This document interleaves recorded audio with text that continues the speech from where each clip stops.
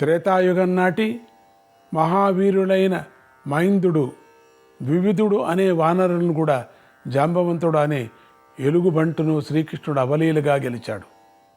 నీ తండ్రి పరీక్షిత్ మహారాజు మరణించి యమపురానికి చేరాక శ్రీకృష్ణుడు మళ్ళీ వెనక్కు తెచ్చాడు. జనమేజయ, శ్రీకృష్ణుడు చేసిన యుద్ధాలను, చేసిన రాజసంహారాలను, సాధించిన విజయాలను నేను ఇదివరకే వర్ణించి ఉన్నాను. ఇలా ఎన్ని చెప్పినా ఈ పట్టికకు అంతు ఉండదు. శ్రీకృష్ణుడి మహిమల పట్టికను విన్న జనమేజయుడు ఇలా అన్నాడు: వైశంపాయన మహర్షి, చాలా సంతోషంగా ఉంది. మీరు చెబుతున్న కొద్దీ నాకు ఆసక్తి పెరుగుతుంది. ఎందుకంటే హరివంశం కదా, ఇది హరికథ కదా, హరి స్వామి కథ కదా. మీరు చెప్పిన పట్టికలో బాణాసురుని గురించి ప్రస్తావించారు. పట్టుకున్నాడు ఒక్కటి.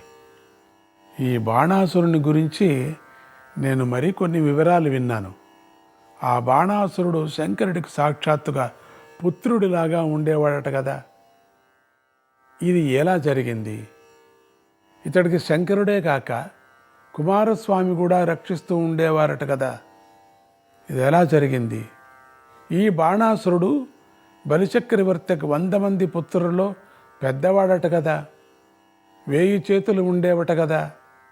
100 దివ్యాస్త్రాలను ఒకేసారి ప్రయోగించేవాడట కదా. ఇదిగాక ఇతడికి చాలా పెద్ద సేన ఉండేదట కదా. ఇటువంటి బాణాసురుణ్ణి శ్రీకృష్ణుడు ఎలా గెలవగలిగాడు? గెలిచాక చంపకుండా ఎందుకు వదిలిపెట్టాడు? దయచేసి వివరాలన్నీ చెప్పండి అని అడిగాడు జనమేజయుడు. జనమేజయ, చెబుతాను, శ్రద్ధగా విను. నువ్వు దీన్ని అడుగుతావని నాకు బాగా తెలుసు. ఎక్కడైనా నేను కథ చెప్తుంటే ఎవరిదో పేరు వచ్చే వాళ్ళ ఎప్పుడో అయిన తర్వాత ఆ పేరు గురించి అడుగుతావో నాకు తెలుసు. శ్రద్ధగా విను అంటూ వైశంపాయనుడు తన కథనాన్ని కొనసాగించాడు. జనమేజయ, నువ్వు చెప్పినట్లుగానే బాణాసురుడు బలిచక్రవర్తి పెద్ద కొడుకు.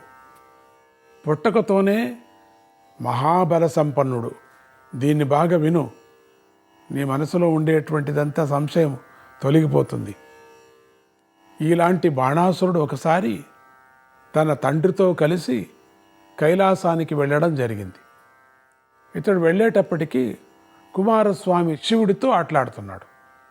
కుమారస్వామి సహజంగానే చాలా అందగాడు, చిన్న పిల్లకాయి.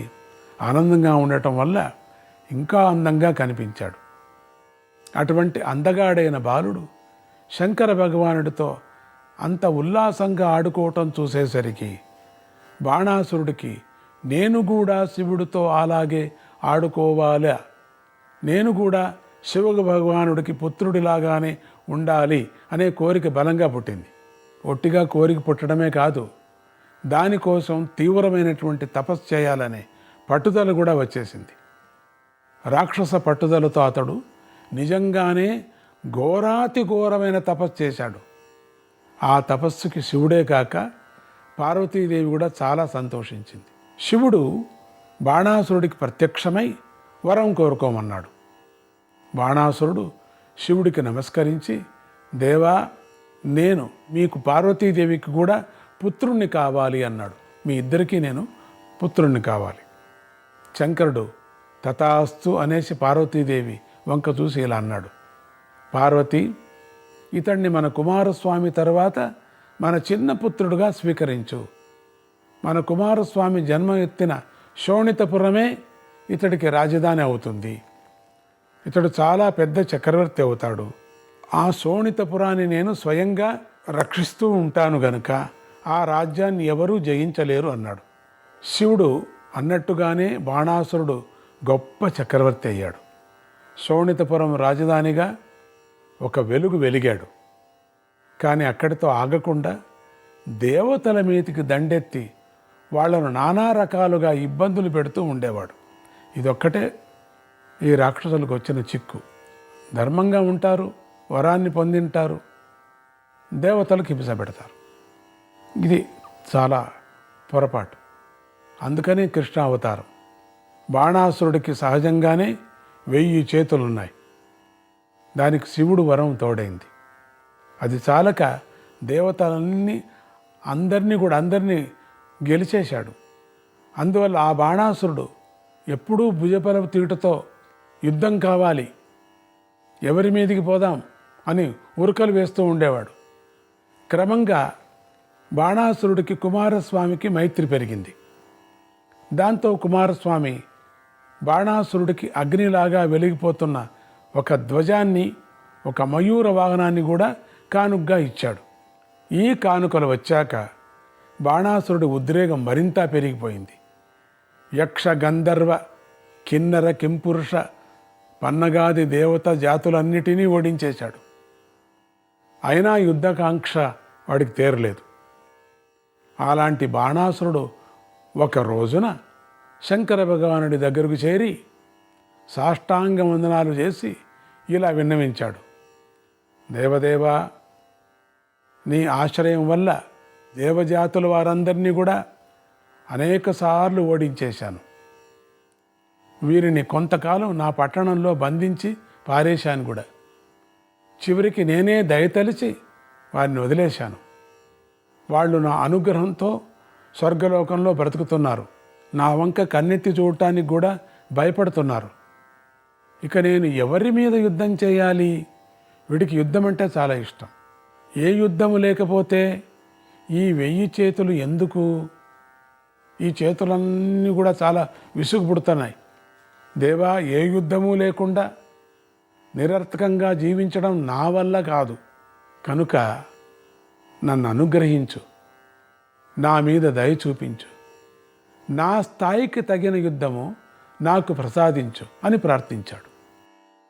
ఆ మాటలు విన్న శంకర భగవానుడు చాలాసేపు పగలబడి నవ్వాడు. నవ్వి బాణా, బాధపడకు, నీకు మన కుమారస్వామి ఒక గొప్ప ధ్వజం ఇచ్చాడు కదా, ఆ ధ్వజం తనంతట తానుగా విరిగి క్రింద పడ్డప్పుడు నువ్వు కోరుకున్న యుద్ధం నీకు లభిస్తుంది అన్నాడు. బాణాసురుడు పరమానందపడిపోయాడు. 500 దోసిళ్లతో శంకరుడికి నమస్కారాలు పెట్టి, అన్ని 100 చేతులు ఉన్నాయి కదా, పొర్లు దండాలు పెట్టి, దేవా, నేను అదృష్టవంతుణ్ణి, నీ దయ నాకు ఉంది, నేను 1000 చేతులు ధరించడం వ్యర్థం కాదు, కనుక మరోసారి దేవేంద్రుడి మీదకు యుద్ధానికి వెళతాను. ఆయన పాపం ఓడిపోయి ఊరికే కూర్చున్నాడు, అయినా యుద్ధానికి వెళతాడట. శంకరుడు మళ్ళీ నవ్వి, నువ్వు ఎక్కడికి పోనక్కర్లేదయ్యా, నీకు తగిన యుద్ధం నీ దగ్గరికే వస్తుంది, హాయిగా నీ ఇంటికి నువ్వు వెళ్ళిపో అన్నాడు. ఆ మాటలకు బాణాసురుడు మరింత పొంగిపోయాడు. మళ్ళీ శివుడికి దండాలు పెట్టి తన భవనానికి వెళ్ళిపోయాడు. ఇతడి ఇంటికి వెళ్ళేసరికి ఇతడి ప్రధానమంత్రి మిత్రుడు కూడా అయినటువంటి కుంభాండు అనేవాడు ఎదురుగా కనిపించాడు. కుంభాండు ఆ మంత్రిని చూడగానే బాణాసురుడికి సంతోషం పెరిగిపోయి, నీకు మంచి తీపి వార్త చెబుతానయ్యా అన్నాడు. కుంభాండు ఆ మాటలు సంతోషించి ఇలా అడిగాడు. రాజా, నీ కళ్ళ నిండా సంతోషం కనిపిస్తుంది. కుమారస్వామి నుంచి కానీ లేక శంకర భగవాన్ నుంచి కానీ ఏదైనా విశేష వరాలు పొందావా? శంకరుడు, స్కందుడు నీకు విశేష రక్షణ ఇస్తున్నారా? శంకరుడు నీకు త్రిలోక రాజ్యం ఇస్తానన్నాడా?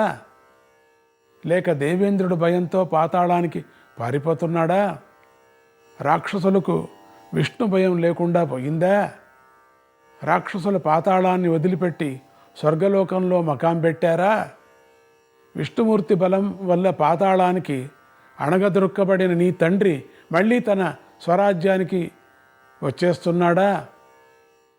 ఆ బలిచక్రవర్తిని మళ్ళీ మనం చూడబోతున్నామా? నీ సంతోషమా, ఉత్సాహము చూస్తుంటే నీకే కాక మాకందరికి కూడా రాజ్యం లభించినట్లుగా ఉంది. ఏం జరిగిందో చెప్పు అని అడిగాడు కుంభాండు. కుంభాండుడి మాటలు విన్న బాణాసురుడు మరింత ఆనందపడి తనకు శివుడికి మధ్య జరిగిన సంభాషణ అంతా పూసగుచ్చినట్టుగా చెప్పాడు. ఆ వివరాలు విన్న కుంభాండుడికి ముఖం మాడిపోయింది.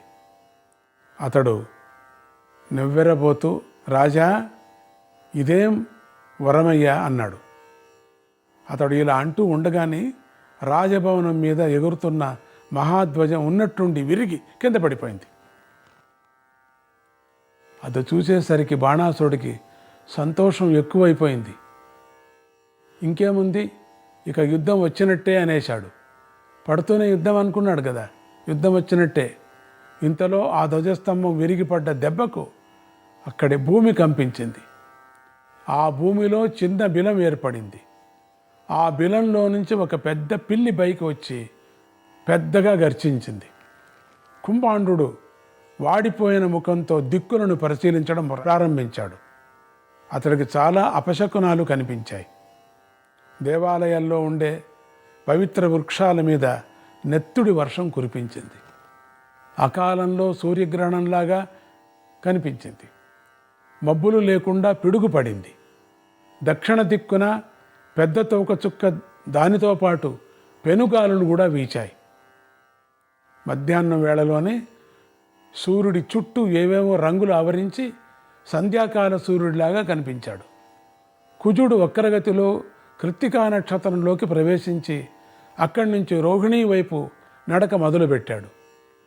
ఆ రోహిణీ నక్షత్రమే బాణాసురుడి జన్మ నక్షత్రం.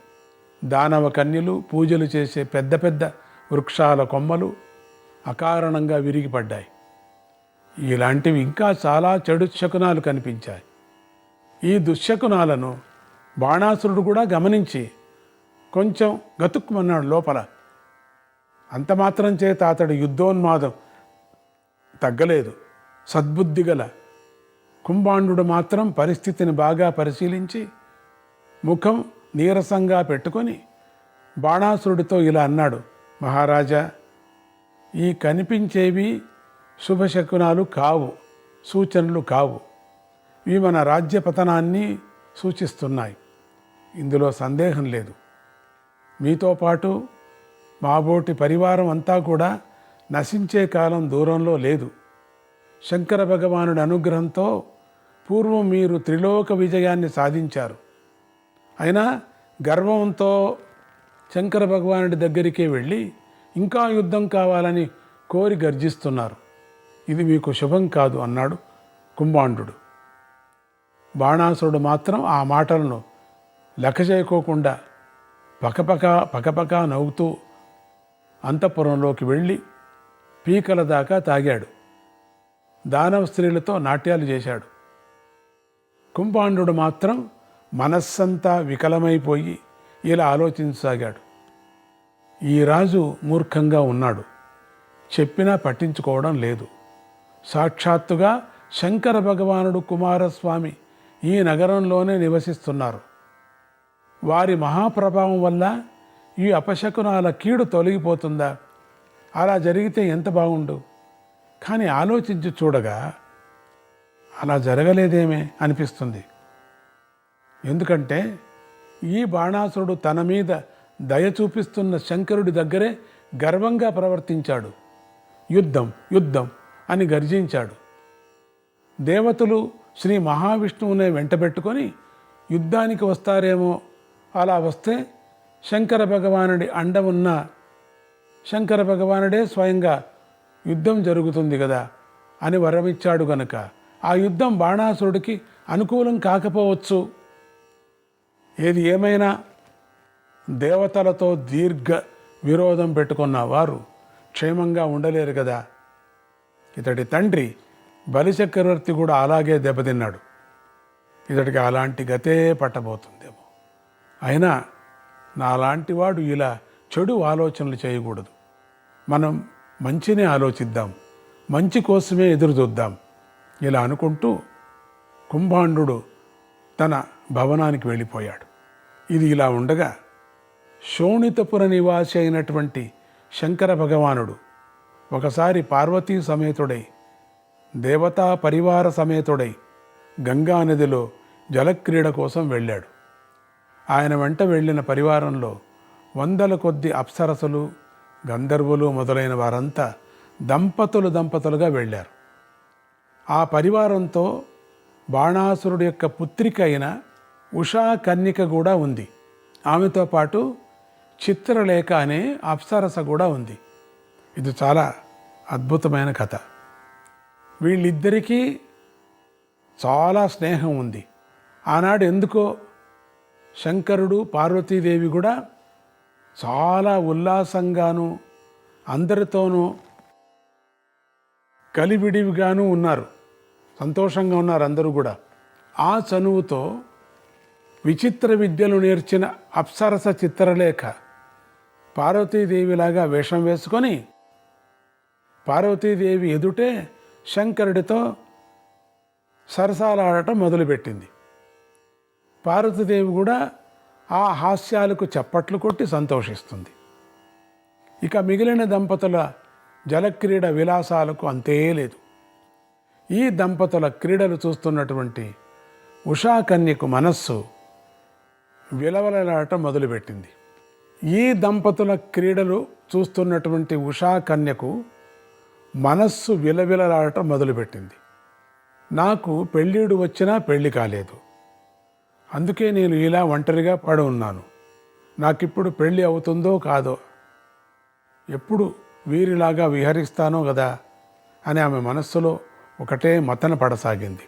ఎందుకంటే జంటలు మాత్రమే అక్కడ నియమ ప్రకారంగా జంటలే జలక్రీడ ఆడుతున్నారు.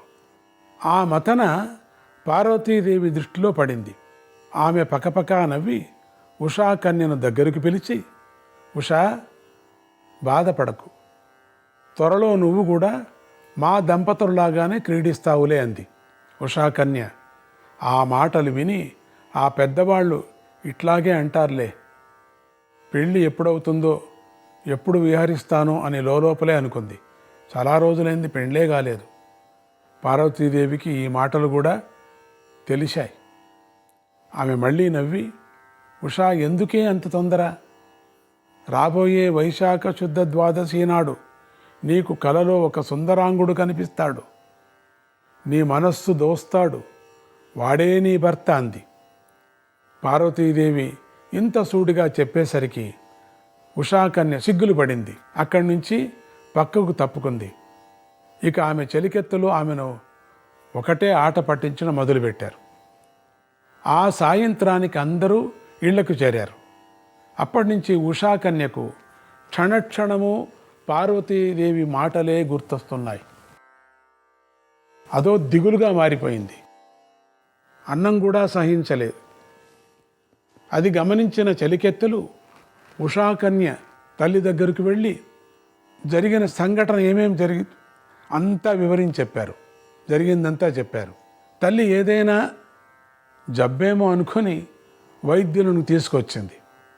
వైద్యులకు విషయం అర్థమైపోయింది.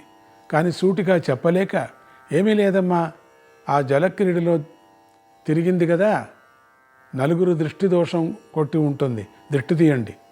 అదిగాక పెళ్ళియుడు కదా, వివాహం చేస్తే అన్నీ సర్దుకుంటాయి అన్నారు. ఉషాకన్య తల్లి దగ్గర ఏమీ చెప్పలేక సిగ్గుపడుతూ సన్నగా ఏడ్చి కూర్చుంది. పెళ్ళియుడికి వచ్చిన పిల్లలంతా అంతే, ఇదే పని చేస్తూ ఉంటారు. ఇంతలో పార్వతీదేవి చెప్పిన వైశాఖ శుద్ధ ద్వాదశి రానే వచ్చింది. ఆ రోజు ఉషాదేవికి నిద్రలో ఒక కల వచ్చింది. ఆ కలలో ఒక బలిష్ఠుడైన సుందరాంగుడు తనను పెళ్లి చేసుకున్నాడు. ఉషాకన్య తప్పించుకోవాలని చూసింది, కానీ ఆ పిల్లవాడు మెడలో తాళి కట్టేశాడు. ఉషాకన్య ఏడుస్తూ నిద్రలేసింది. పక్కనున్న చెలికత్తెలకు విషయం చెప్పింది. వాళ్ళంతా కలలో జరిగిన దానికి ఏడుస్తావేమిటమ్మా అని రకరకాలుగా ఓదార్చారు. ఎందుకో ఉషాకన్యకు ఏడుపు ఆగటం లేదు. ఇంతలో చెలికెత్తెలతో ఉన్న కుంభాండ పుత్రికి ఒక కొత్త విషయం గుర్తుకొచ్చింది. ఆమె ఇలా అంది, ఉషా, ఇవాళ తిథి ఏమిటో గుర్తు చేసుకో. ఇది వైశాఖ శుద్ధ ద్వాదశి. ఆ రోజు జలక్రీడ ఉత్సవంలో పార్వతీమాత ఏం చెప్పిందో గుర్తు చేసుకో. నారాయణ నారాయణ, హరే కృష్ణ.